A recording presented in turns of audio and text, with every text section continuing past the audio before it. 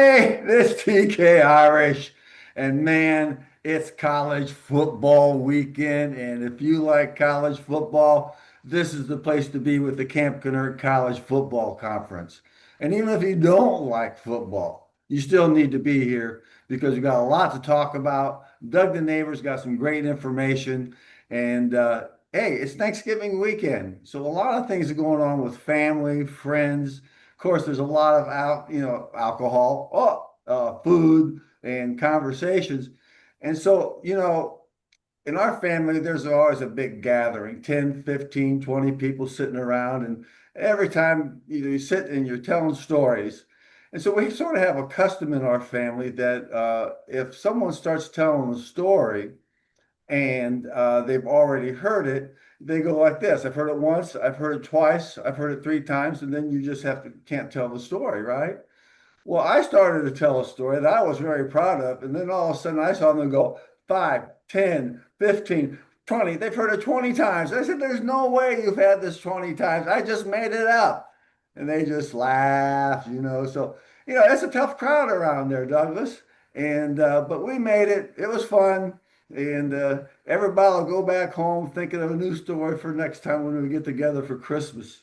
But I tell you what, the college football is really all about. It is about tradition, it's family. And this weekend, it was really probably what you'd call rivalry weekend. That's where the conferences, enemies play each other, sometimes in fun, sometimes they take it too serious. Like the example of Ohio State and Michigan. We had Indiana play Purdue. We had Texas A&M play Texas. And I know Douglas is going to talk about this in depth, but just want to give you an idea. Of course, we have Alabama and Auburn. And that's what really makes it fun. But the situation is it's not as big a deal now since they're not in the same conference. Everybody split up, and but I give the schools and the conferences credit for trying to keep this together because they understand how important it is of the fans and the alumni and the boosters. So we also have coming up next week the conference championships. So these conferences have a playoff system where you win and go on, or losers go home. So this is really an exciting time. Rivalry weekend. Then we got the college championship football playoff system, which is sort of in a flux now because we've got some big upsets that came on this week. And Douglas, I hope you agree with me that this is the time of the year for football. TK, so good to see you. It's a beautiful, beautiful Thanksgiving weekend. Family, food, friends, and football. And you are so correct. It's just lovely. It's great. And we have a lot to talk about. Do you have your coffee there? Right here, man. Liquid Oh my confidence. God. Mm-mm-mm. My get up and go, Joe. And it is football time. And this is just terrific to see you. And I have done my homework, as you know. So, and what is this sign? Does that mean you've seen it, heard it 10, 15 times? Yeah. See, Douglas, the secret is this. This is going to be a new tradition in America. I can see this coming. Oh my God. Yeah. Uncle Louie, how many times we don't want to hear that story again. That is too good. That's a good Camp Kennerk Irish, TK Irish tradition. I love it. But let's get into some football, okay? I've got my football right here, my Longhorn football. Where's the label? Right there, upside down. There you go. There you go. So I'm ready, and it's a big game this weekend. And so let's just get into it. The Camp Kennerk Conference was formed because of our love of the old Southwest Conference, and then through money, greed, whatever, it just split up. But in the old days of the Southwest Conference here in Texas, beautiful time for friends to get together, for barbecue, for family, For rivalries, visit. You could drive to Lubbock, you could go to TCU, Fort Worth, you come down to Baylor, go to Austin, go to College Station, visit friends, travel around the state, and have a great, great time. But that's all gone because of greed, money, TV, and it's ugly. But for us, it's the old Southwest Conference, and we have reconstituted into the Camp Kennerk College Football Conference. So let's get started. Starting out there in the West, we've got Texas Tech and Lubbock. They're now in the Big 12, and they played West Virginia, and they beat them 49-0. 49-0. So there you go. But Texas Tech's a great team, and they end up the season with 11-1 at 11-1. So it's pretty good. Next, we've got TCU, Texas Christian University in Fort Worth. They're in the Big 12, and they're ended up the season at 8-4, but they beat Cincinnati 45-23. And then we've got SMU, Southern Methodist University in Dallas, where I went to class. I took classes there, and they're in the Atlantic Coast Conference, and they ended up the season at 8-4, and they got slaughtered by California Golden Bears 38-35. I'm going to have to watch some of that game because pretty high scoring game and kind of interesting how they ended up. And then in Waco, Texas, the home of Dr. Pepper, we've got the Baylor Bears, who ended up the season at 5-7, and they're in the Big 12, and they lost to the Houston Cougars. Now, let's get to the big game. All right, here in Austin, Texas. I'm all ears, buddy. I want to hear all the exciting news. Okay. Now, of course, this is the first time that the Texas A&M have played in Austin since 2010, because in 2011-12 they joined the SEC, so they didn't play. Last year, Texas went to College Station to play there, but this year they came here to DKR, Darrell Royal Stadium, and it's rivalry because the Aggies are 11-0 going into 11. What were the Aggies? 11 They're and go. perfect. They're a perfect 11-1 Yeah, and yeah, two. they were a perfect. They were 11-0 going Yeah. into the game, and the Texas is 8-3. So the real rivalry, but Arch Manning and the Longhorns turned it around and beat them 27-17. Yes. And I watched that game, and you know, there was some action going on, but obviously someone didn't do their homework all the way to, I was expecting to have, like a last minute field goal to win the game Yes, or, yes, yeah. some breakaway kickoff that changes the direction of the game. But it was just sort of Texas came to play. They And came to play. And for our friends and neighbors around the galaxy, to take a look at any of the videos of the packed stadium, 100,000 plus stadium, and the drone show, the lights, the cheerleaders, this is America and this is Texas. It was absolutely beautiful. Texas culture of the Aggies, the Longhorns, Bevo being there, the Aggie 12th man being there, the drone show, which was fantastic, just unbelievable. I'd never seen anything like that. It was just a great, great day. And then Texas beat the Aggies beat them 27-17. Now, the Aggies, of course, in the SEC, they lost to the Longhorns 27-7. So the Aggies are now 11-1.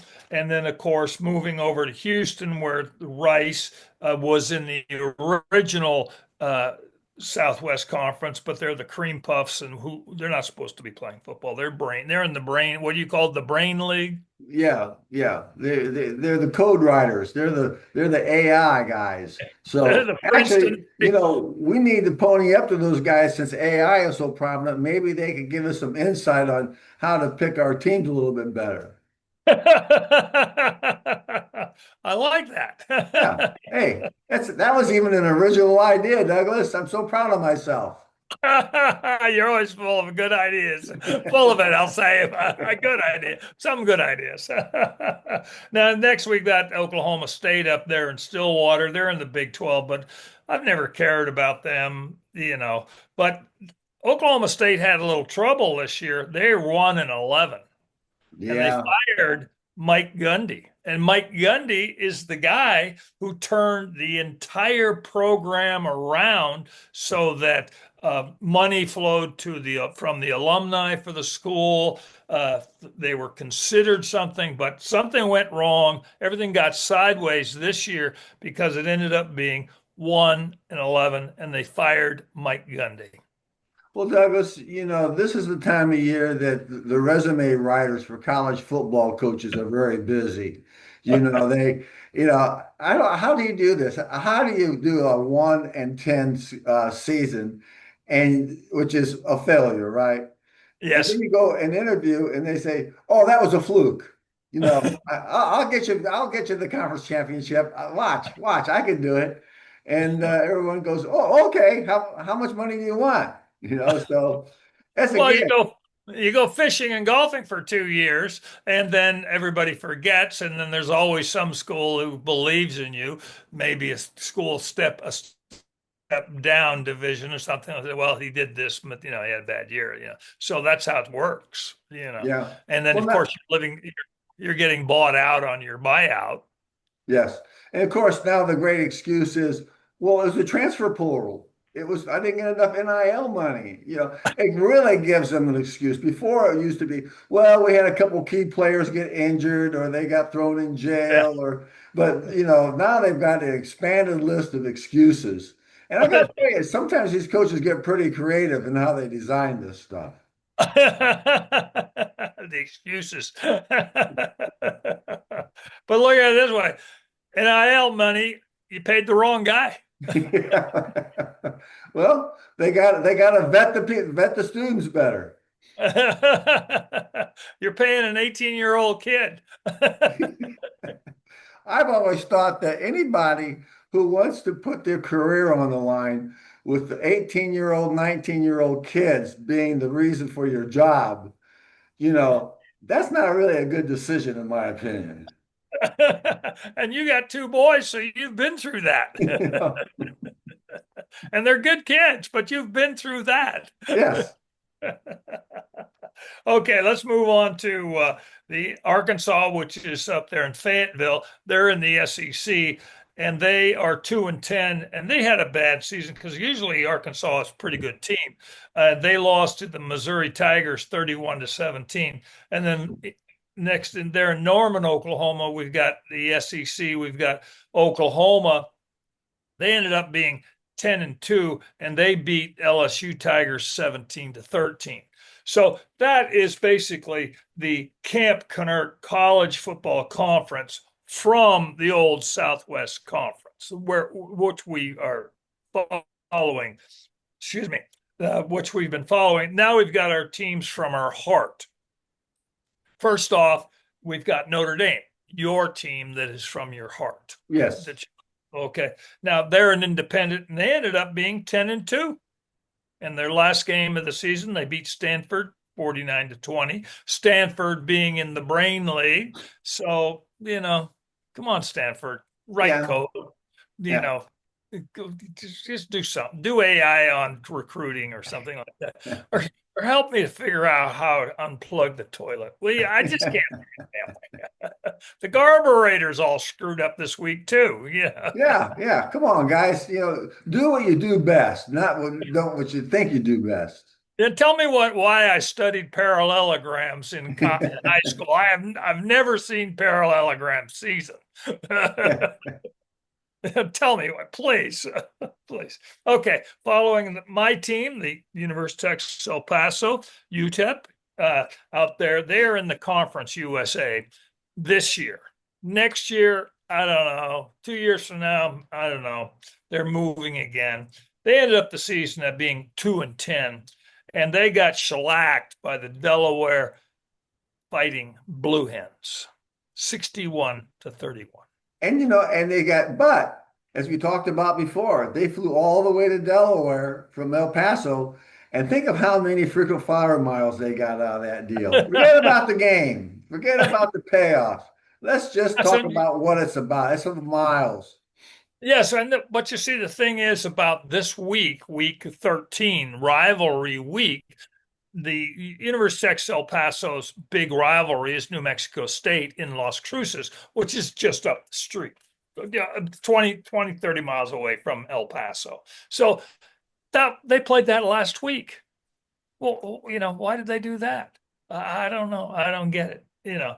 So a lot of future problems for UTEP. If they listen to me, they should move into the future, cancel football, and just take up soccer. They would dominate in soccer, and they've got a beautiful stadium there, the Sun Bowl. There you go. All right. So now we're also following Bill Belichick of the formerly of the New England Patriots, a legendary coach. He's now coaching in North Carolina, and they're in the Atlantic Coast Conference, and they ended up being 4-8. They had an opportunity to break to have a winning season, but they went south on the last couple of games, and they lost in their rivalry game against North Carolina State 42-19. So Ooh. yeah, ooh, yeah. So Bill's got some work to do, but I'm not giving up on him. He's just one of those guys that can get it done, and he can bring in NFL coaches, and he can make it work. So we're going to Well, follow. Douglas, it goes back to he's been a very successful coach in the NFL, but those guys were over 21. So now now he's going back to 18, 19-year olds, and I'm sure he's scratching his head going, huh, what do I do now? Absolutely true. Now, we're following the Oregon Ducks because Kevin, the magnificent computer dude, that's his team that he follows. And the Oregon Ducks they're in the Big Ten. They ended up being 11-1. And they beat their rivalry, Washington Huskies, 26-14. Now, let's get to the Hoosiers in the room. Let's get Yes, yes. there. Indiana in the Big Ten, 12-0. Undefeated season, 12-0. Well, looking and thinking about this, this is sort of they sort of, the numbers, they always have the number 12 and they always have the number 0. But it was the other way around. So either, it's dyslexic or somebody, you just, flip the numbers. And of course, everybody loves it, but it's not the first time they've had a 12 and a 0 on their record. Well, now this is Signetti, the coach's second year, right? Yes. Yes, yeah, he's second year. Well, anyway, their rivalry game, they beat Purdue 56-3. Yes. So they came to town to play. Next week, they play Ohio State, the number one, the number two teams. Now that's going to be a Donnybrook. There's going to be some hooligans running around there, and they're Right. just going to see what the world happens. That's the Big Ten championship. Yes. That is the Big Ten championship, and that is next week. Now, here and that great timing. Let me just get a little sip of coffee here. There you go. Now that brings up the whole aspect of the DTN college playoffs. Okay. And playground justice is applied. Okay. The top 25 teams by AP, UPI, there's 25 teams of the Southwest Conference team, the Camp Kennerk Southwest Conference. A&M, you count them. Okay, A&M, Okay. One, Texas Tech, two, Oklahoma, three, Texas, four, SMU five. in the top 25 teams. That's talent there, guys. That's That is talent. That is the old Southwest Conference, Camp Kennerk Conference, that are in the top 25. Now, we also follow Indiana, so they're in. We also follow Oregon, they're in. We also follow Notre Dame, they're in. And those teams from our heart are in the top 25. So of the AP Camp Conference. Okay, but the DTN Camp Kennerk college football playoffs, playground justice. Okay. There are two teams that are 12 and 0. 12 and 0. They're 12 and 0. There are six teams that are 11 and 0. And then there are eight teams that are 10 and 2. So when it comes around for a playoff system, okay, now they get, what is it, 12 teams for the playoff system? 12, 12, Yeah, 12, yeah, yeah. 12 teams for the playoff system. Okay, well, here's some facts to cloud up the whole situation. There are 69 bowl games starting tomorrow. Okay, starting through January 29th. There are 46 D1 teams in there. There are three D2 teams, 14 D3 teams, and six all-star games. Okay. And then the five of the FBS games and one of the championship. The championship is on January 19th. Okay.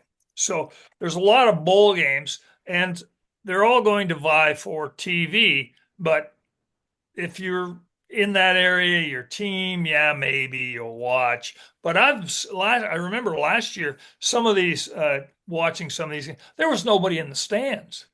No, no. I've gone to several. They have like three or four bowl games here in Dallas Fort Worth area, Sure. and, and I've gone to the games, and there aren't. But it's the TV rights. We talked about this before. They're just playing for the TV rights. There's unless you got a good rivalry of two good teams that just happen to make the bowl games, you're going to get some audience there in the stands. But Right. the real challenge is, and I don't blame the players for this, is they don't want to play in these bowl games because they get hurt and they could lose their career. Right. Right. Yeah, that's the whole argument in the NFL concerning the number of preseason games. That's down to three now, Hmm. and the stars don't play. So, it's just to find out who's going to make the team. But playground justice. Like I said, there were eight teams that are 10 and 2, six that are 11 and 1, and two that are 12 and 0. So, playground justice, we're not really interested in a team that's 8 and 4 that's playing another team that's 7 and 5. We had enough football that's been going on since August. How are you, now TV's going to do everything about it's going to be an exciting game, blah blah blah blah blah. No, it's two teams that are 8 and 4 and 7 and 3. Okay, who cares? Playground justice. Now, relating to soccer, in soccer and in other sports, what they do is they vie for third and fourth place, so that you have number one plays, the two number ones play. Whoever wins is number one, loser is number two. Then you vie for the number two. So next week, we'll talk about the DTN playoff conferences, the championship. But right now, the big game is Ohio State and Indiana.